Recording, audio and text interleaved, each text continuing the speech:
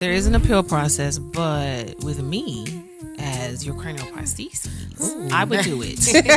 I would take care of the process because, most clients, they're not gonna do that. It's paperwork. Yeah, it's you got to write it's on a formal appeal, and it's basically to say. Basically to ask them, well, why did you deny X, Y, and Z? You got to put the medical documentation with that appeal. You got to basically... I filled out one of those, and it's very intense. Oh, absolutely. Wow. You literally have to show them where they were wrong, but you also got to be right, though. Mm-hmm. That medical diagnosis has to be in that medical record. If not, then it's not. Then they denied it correctly. I guess my mind is turning right now. As long as that diagnosis is in that paperwork, you can get it paid. Yeah, they gotta be cold just right. It's gotta have the right CPC code or HCPCS. I think people would probably here or there. The code has to be right. The diagnosis has to match why you're saying you have what that hair loss is. That diagnosis has to be that. It's more than a back hair. It's a crown we wear. Confidence shining. Love in the air. Healing, restoring. Together we rise. This is more. So today we have special guest Dominique Galloway and my salon sister. She is a certified trichologist, a cranial prosthesis, and medical biller specialist. Yes. And so, Dominique, tell us a little bit more about yourself. Yes. Well, I have been in the medical field for 20 years. Okay. 20 plus years, actually. So that cranial prostheses side goes hand in hand with the medical billing side. Okay. With my knowledge in that, it's going to help, merge those two together. Okay. And you've been making wigs for a long time. But you know what? I have been, but I've been doing them the Instagram way. Okay. So the Instagram way means they consider those cosmetic wigs. Okay. So those are not medical devices, which is the difference between a cranial prosthesis and a wig, just a wig. Okay. So yeah, I kind of just started to journey away from that Instagram side when I was just like, but there's actually people that actually need wigs. And I was just noticing it was so many girls. Oh, it was the fashion to get a wig off of Instagram. I'm like, but they don't even need it. Right. They don't need it. They just want it. Yeah. And I think, we didn't realize that wigs was typically for theater. Yeah. Yes. And Beyonce came out here and started wearing these wigs, and everybody just wanted to start wearing wigs. Yeah. But they don't realize is that, it first started with theater, and, most people who have hair loss, those are the ones, who they are making wigs for. Yeah. And it's truly a need for our hair loss clients. Yeah. So that's when I decided, hey, well, let me see the other side of it. And then, I've always had my connection to you. Yes. And I was like, well, wait a minute, because we got something that could go together. Yeah. Right. Yeah. I mean, I literally have been doing this for decades. Wow. I mean, it's like night and day for me. Like I can look at a claim and say, oh, that's going to deny because the diagnosis is a big thing. Yes. And then I was like, well, again, a person with a need, that's a medical diagnosis. Mm-hmm. So again, I know you. Hair loss, that's a medical diagnosis. So why not put them together? Yes. Right. And look, T the plug. Yeah. She the plug. Yeah. I saw the need a long time ago. When I first started trichology, I didn't realize that it was more than about trichology. Mm-hmm. I needed a cranial prosthesis. Yeah. I needed a natural hair, stylist, somebody who do color, all those other services, because everybody's cases is not as, intense or, or, their hair loss is not like a large part of their of themselves. But I did realize is that, it's more than trichology. We can put trichology in so many, aspects in cosmetology, but then the wigs part, I didn't realize how many clients was going to be asking for wigs and asking about, does my insurance cover it? Right. Yeah. Right. Because a lot of them don't know though. Right. It's not something that you see on the internet. Like they're not talking about that on Instagram. They're not talking about any of that. So you would literally have to know where to go find the information. Right. Because I've heard, clients have came and was like, "Hey, does this cover my insurance?" Right. I didn't know that. Yes, wigs can cover the insurance. I mean, insurance can cover wigs. And there's an actual benefit though. Like, and I know a lot of people just do not, funny in the business of insurance. Most of us don't. We pay for it, but we don't really know what it means. Right. So there's an actual benefit that, again, all you gotta do is call your insurance company.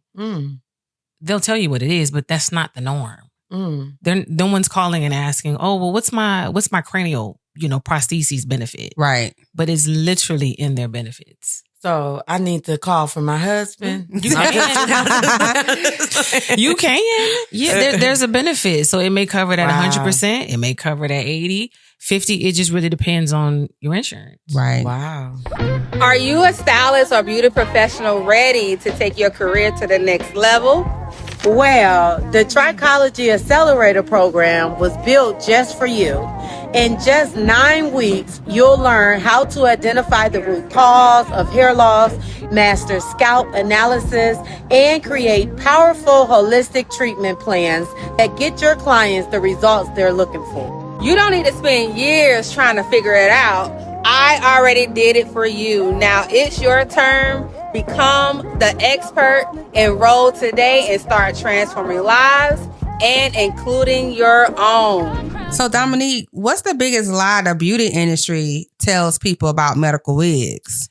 That it's so, I think from what I'm getting, the cosmetic, the Instagram. Right. They're confusing them. It's almost like a gimmick. Or TikTok. Don't forget about TikTok. Yeah. That's the big one now. Yeah. So the gimmick is they're making it seem like the cosmetic wigs are medical wigs. Right. So they're pulling people in with that. And they don't even have the language though. Right. They don't have the understanding of what you're offering them. You can't even give them that because it's a language to, you got to understand the requirements of the insurance. You got to know their plan, who pays what. Like there's a difference between Blue Cross and Blue Shield and Medicare and Medicaid. Right. We've had that conversation. Yes. So it's a whole world that they really don't even know what they're saying. And I just found out the health savings plan. Yeah. And flexible spending accounts will cover it. Cover wigs. So if their insurance don't cover, like she said, if they only cover like 30 or 50%, then they can use their flexible spending or the health savings plans to cover the rest. Wow. So let's talk about, because you talked about insurance. Let's dive deep into that. Because insurance day is about to be open enrollment coming up. So November. Or if they miss out on open enrollment, what to look for next time before they even choose an insurance plan, especially if they're dealing with hair loss. So there's usually 3 brackets. You got a PPO. You got a POS, which is I think a point of service, and then there's one up under there, but it's like a open access or something. Less benefit. So explain all 3 first. Yeah. So your PPO, they're paying like top dollar for the insurance. Okay. So they may go into the doctor's office and don't pay anything. Because basically they're in a preferred network. They can see any provider, and they can it's cheaper for them. They don't have to pay what they call a copay. Now you go to the next tier. I think we need that one. Right. Yeah. I don't learn something. That one is always the best one. But that depends on what you can afford. What you can afford. Yeah. So then there's the next tier. That one is you may go in there paying whatever your coverage is. If it's 80-20, you might got to pay them 20. That's the HMO, right? Yeah, that's like an HMO. Okay. And then that third tier is you really got to source. You have to go to somebody that takes your insurance. So they got to actually probably do the footwork, because you can't just walk into, whatever that salon is or that doctor's office and they take a PPO. You're going to probably pay more out of pocket. That makes sense. That's a different type of plan, but it's what you can afford. Right. So for open enrollment, it's really what you can afford. Not to say it's not a benefit. It's just the FSA. You may have to use something like that to cover. Okay. Yeah. That's good. So you say they have to call and ask? Yeah, you can call and ask. There's a there's a benefit number on the back of your insurance card. Okay. It says member services. Okay. So you should call that number. Okay. And just ask them. I think a lot of people don't realize that. They don't. And I've done it before, like call like, hey, does this cover this, that, blah, blah, blah. But now sitting here talking to you like, well, if you know there's some things going on, how about you call before you even pick the insurance? Now that's important. Because some people will come in. So again, I work in the medical field too. So I'll see claims where people just go in. They don't know what is covered. Right. They get a bill and wonder why they got a bill because you didn't check to see if you even had a benefit. Yep. So you're probably getting maybe the bulk of that bill and they're like, oh, well, I have insurance. Yeah, but you didn't check before. Right. And you can just call them. You can ask them, well, I'm going to have this procedure done. Does my insurance cover? Mm-hmm. And they'll tell you. Mm. They'll tell you the diagnoses that's covered. They'll tell you if they bill it this way is not covered. They're actually very helpful. Oh, wow. It's just people don't know to do it. We don't utilize. Yeah, no. Yeah. They just hand the insurance card. That's it. And they think that's like the black card. They next or something. But you really got to know though, because you'll be stuck, with the bill. Mm. So, if a client is denied insurance coverage, is there an appeal process that they have to go through? There is an appeal appeal how does that work? There is an appeal process, but with me, as your cranial prostheses, I would do it. I would take care of the process because, most clients, they're not going to do that. It's paperwork. Yeah. You got to write it's on a formal appeal. And it's basically to ask them, well, why did you deny X, Y, and Z? You got to put the medical documentation with that appeal. Mm-hmm. You got to basically. I filled out one of those and it's very intense. Oh, absolutely. Wow. You literally have to show them where they were wrong, but you also got to be right though. Mm-hmm. That medical diagnosis has to be in that medical record. Mm. If not, then it's not. Then they denied it correctly. Girl, I got so many questions. I got my mind is turning right now. As long as that diagnosis is in that paperwork, you can get it paid. Wow. But you gotta, and so that's another piece too. Right. It gotta be cold just right. It's gotta have the right CPC code or HCPCS, I think. People would probably here or there. The code has to be right. The diagnosis has to match why you're saying you have what that hair loss is. That diagnosis has to be that. So, okay, I got so many questions, Dominique. This is good. I got so many questions. So I created it because I was finding that there were so many women that were still struggling with their hair. They didn't understand their hair porosity. They didn't understand their hair texture. And they was going out buying product after product, looking at video after video, and they were still confused. I need to create some to help my queens to understand their natural hair. And that way, once they understand it, then they can go out and buy the products that they need, which is going to help them to save money and time. One of the things when I thought about creating my products, I thought about the women that were struggling with dry hair, dry scalp, and wanted hair growth. And so I thought about products that was going to help to add moisture in the hair. Nora is actually my mom. My mom passed away in 2010. I decided to honor my mom and honor all the hard work she have done for me. And I named my products after Nora. Not only did I name my products after Nora, people don't know this. The logo is actually my mom's signature that I got turned into a logo.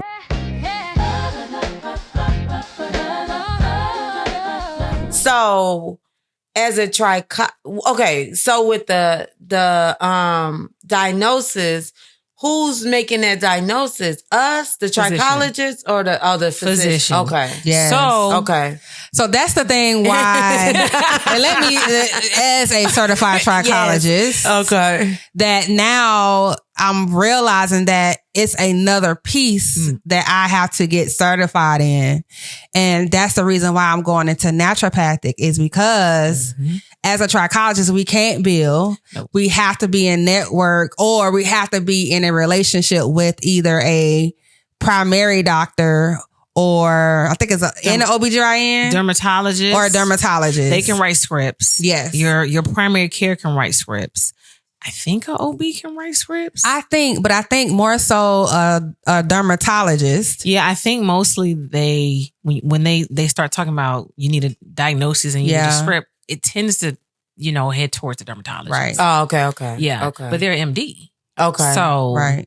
They can absolutely get you the script to be able to build your wig. Okay. So, because you said you can do all the billing and stuff too. So if someone's coming to you and they need a cranial prosthetics, right?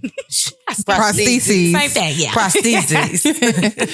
So, like they're coming to you, you're letting them know what you need. You still need to get something from their doctor. They would have to come with that. Oh, okay. Yeah. Okay. Yeah. I mean, it's definitely a consultation prior though.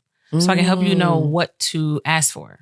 Because sometimes you got to hold the doctor hand too, though. Yeah. Because they don't know about that. They don't. But they will, if you tell them what it's for, and if you've been seeing them and they know what is going on, absolutely. They're going to want to help you. So they're going to say, well, what does it need to say? Okay. I've had a doctor ask me, what does it need to say? Okay. They just need to know how to get paid. Okay. If it's a good one. Yeah. If it's a good one. Okay. So they need to come to you first. Yeah. See what's going on, so then they can go back to their doctor, and then when they come from their doctor, then they come back to you with the paperwork, and then you bill it all for them. Right. Love it. And if there's an appeal, so all of that is needed, because if there's an appeal, I need that stuff. Okay. I need what he said, what he documented in your record, why it's hair loss, and I need to make sure that diagnosis matches what he's saying. Okay. So if they don't pay it, then I'm like, okay, that's fine. I got the documentation to say why you should pay it. I love it. Yeah. Yes. Okay, we getting them together all type of ways. Right. I love it. So we got a lot of homework to do. Yeah, we do. But I'm here. Okay. I'm a book.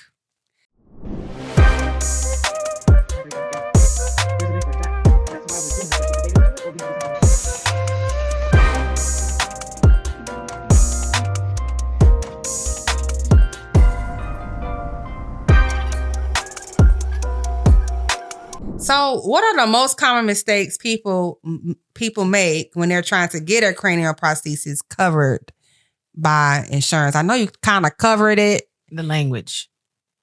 It's the language. It's literally, the insurance company is very nitpicky with that. Because you got to think about it. They're in the business to not pay. Right. Yeah. So, which is crazy. They're in the business to not pay. So it's the language. You got to make, like, literally that's why when the doctor says, what does it need to say? You got to tell them. I needed to say medical wig or cranial prosthesis. It can't just say a wig. Right. Because they see that as like a fashion, like a accessory. And so what do, because I know you're certified in it. I'm certified in it, but never used it. But if somebody else want to get certified in, cranial prostheses, what are the steps do they have to take? So you would need to find someone to certify you in that. I'm not that person yet. I'm not that person yet, but there was, can I shout her out? You can shout her out. So there was a program that I went through. It's called Wig Medical. And I just remember I was just trying to figure out, like, I couldn't find anything on social media, like Google. And I'm like, well, what is it called? How do I get into it? And I heard a podcast one day. She was on a podcast with Private Label. Okay.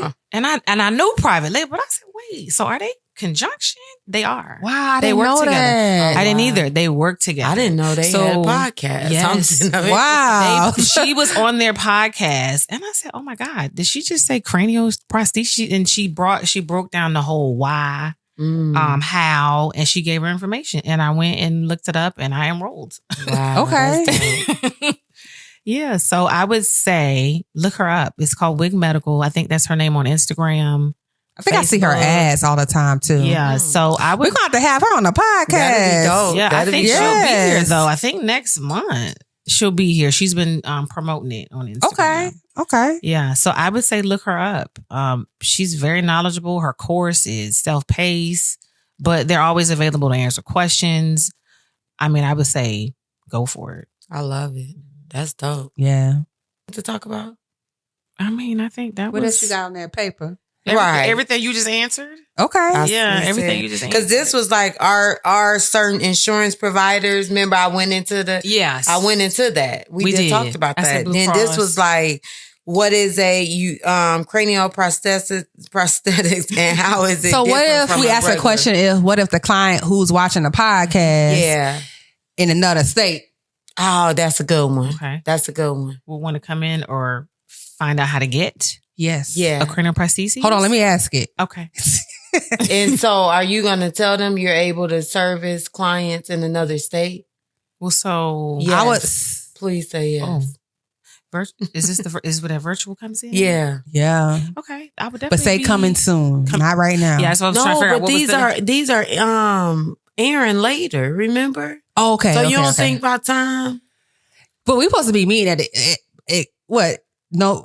next month or December? Because I got my MPI number, but I got to redo it. We want to start setting up, her So we'll just say there is coming soon next year. Yeah, 2026. Yeah, okay. We'll just say 2026. So in another state, we'll do. Is it virtual? What is this? What is the terminology? Well, they can come more virtual. Yeah, because clients travel anyway. We have virtual because they would want to travel anyway for treatment. Yeah.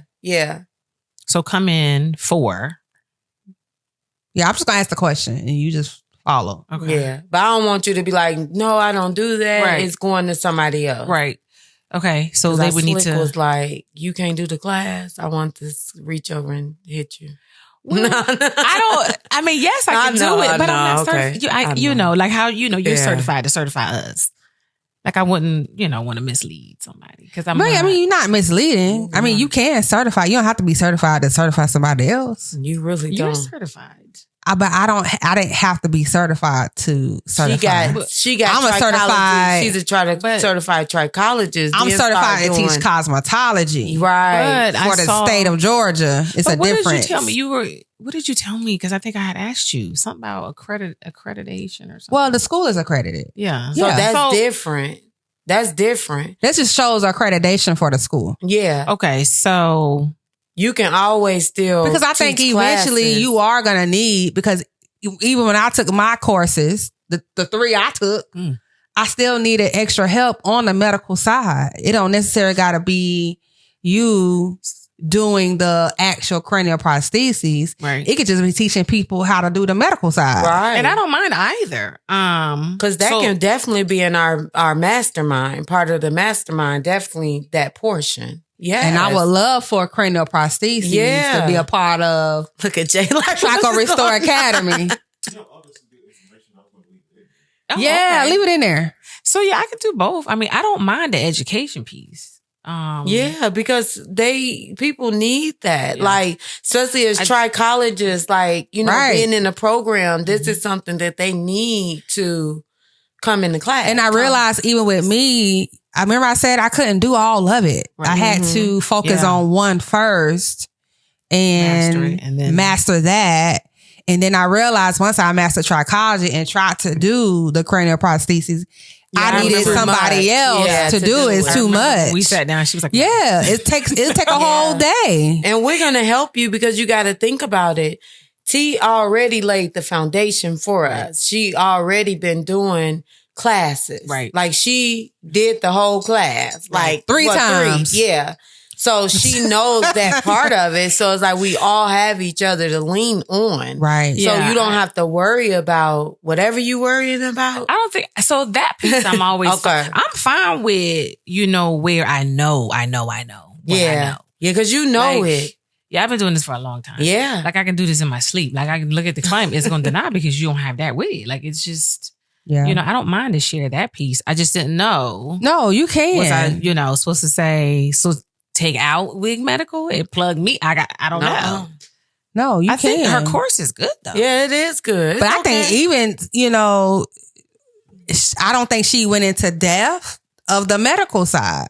I don't think she knew it. Because if you didn't know what you know, you wouldn't even know how to out the medical side. You know what I'm saying? Yeah. She definitely. So she covered it, but not in depth like you could. Yeah, I could tell she wasn't as versed on that side. I think she might have had something to do like in the cosmetology world. Yeah, right. Yeah. She can speak to that, but but I knew what she was saying because you're right. I already knew. And there's a lot of people that's not doing that medical side or even know. Right. So that's what I was gonna ask you. Like, well, did you want trichologists to come to you and you do the billing? Girl, you know what? I just thought of something else.